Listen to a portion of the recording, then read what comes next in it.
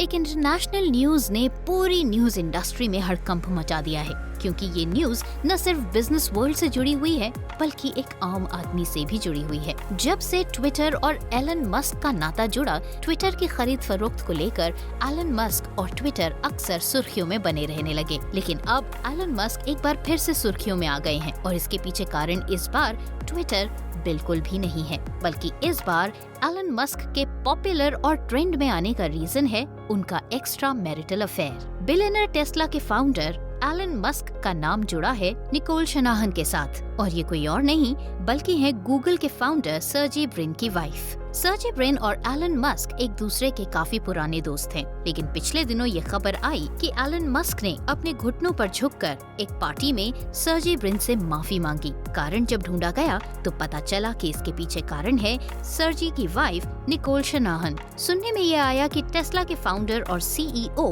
Elon Musk सर्जी की wife Nicol शनाहन के साथ दिसंबर में एक्स्ट्रा मैरिटल अफेयर में थे, लेकिन इसके एक हफ्ते बाद ही सर्जी ने डिवोर्स का केस फाइल किया। तो ये खबर आग की तरह फैलने लगी कि एलन मस्क और निकोल की वजह से ही सर्जी और निकोल का रिश्ता डिवोर्स तक पहुंचा है।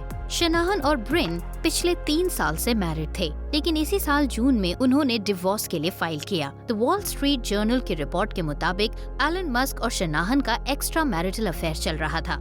हालांकि मस्क ने इस आरोप से साफ इनकार कर दिया। अपने ऊपर लगे एलिगेशंस के जवाब में एलन मस्क अब सामने आ चुके हैं। अपने और सर्जी ब्रिन की वाइफ के अफेयर को लेकर एक ट्वीट किया, जिस पर उन्होंने साफ साफ इस एलिगेशन से इनकार किया है। उन्होंने तो यहाँ तक कहा कि उन्होंने कई सालों से सेक्स तक नहीं किया है। एलन मस्क ने उनके इस अफेयर को टोटल बुलशिट बताया है। एलन ने कहा है कि सर्जी और मैं एक अच्छे दोस्त हैं और उस रात हम दोनों एक पार्टी में साथ में थे। एलन ने 24 जुलाई को ट्विटर पर लिखा, ये वॉल स्ट्रीट जर्नल की उस नई कहानी के रिस्पॉन्स में है जिसके तहत ये कहा गया सर्जी की वाइफ निकोल के साथ दिसंबर 2021 में अफेयर चल रहा था। एलन ने कहा कि इन 3 सालों में वो निकोल से सिर्फ 2 ही बार मिले हैं और इन 2 मुलाकातों में वो हर बार कई सारे लोगों से घिरे हुए थे और ऐसे में रोमांटिक होने का तो सवाल ही नहीं उठता। एलन ने अपने दूसरे ट्वीट में ये कहा कि ये अफेयर कभी हुआ ही नहीं था। एलन ने वॉल स्ट्रीट जर्नल की इस स्टोरी को साफ साफ तौर पर एक फेक स्टोरी बताया है। एलन मस्क ने इस एलिगेशन से जुड़े हुए कई सारे ट्वीट्स किए।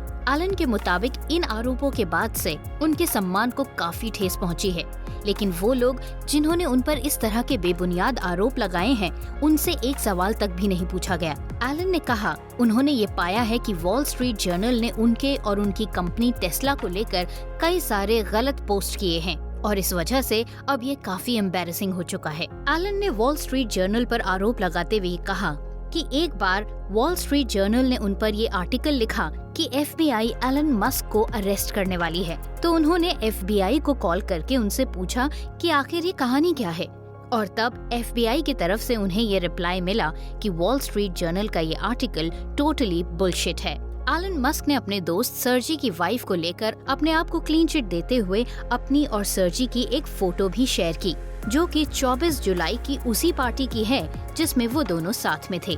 ये फोटो शेयर करते हुए एलन ने कहा कि ये फोटो इस बात का सबूत है कि हम दोनों अभी भी दोस्त हैं। शनाहन और ब्रिन का एक प्री नप्शल अग्रीमेंट हुआ था और अब उसी के मुताबिक वो लोग डिवोर्स की टर्म्स पर नेगोशिएट कर रहे हैं। अब देखना ये है कि जिस तरह से एलन मस्क और निकोल का नाम एक दूसरे के साथ जुड़ा है और जिस तरह से सर्जी ब्रिन ने डिवोर्स के लिए फाइल किया है, कब ये डिवोर्स अपना पूरा रूप लेता है। फिलहाल एलन मस्क एक बार फिर से सुर्खियों में आ गए हैं, लेकिन इस बार एक्स्ट्रा मैरिटल अफेयर और नेगेटिव पब्लिसिटी की वजह से। आप इस अफेयर के बारे में क्या कहना चाहते हैं, हमें कमेंट्स में लिखकर जरूर बताइएगा। आज के लिए बस इतना ही। मुलाकात होती है दोबारा आपसे बहुत जल्द। तब तक के लिए बाय बाय।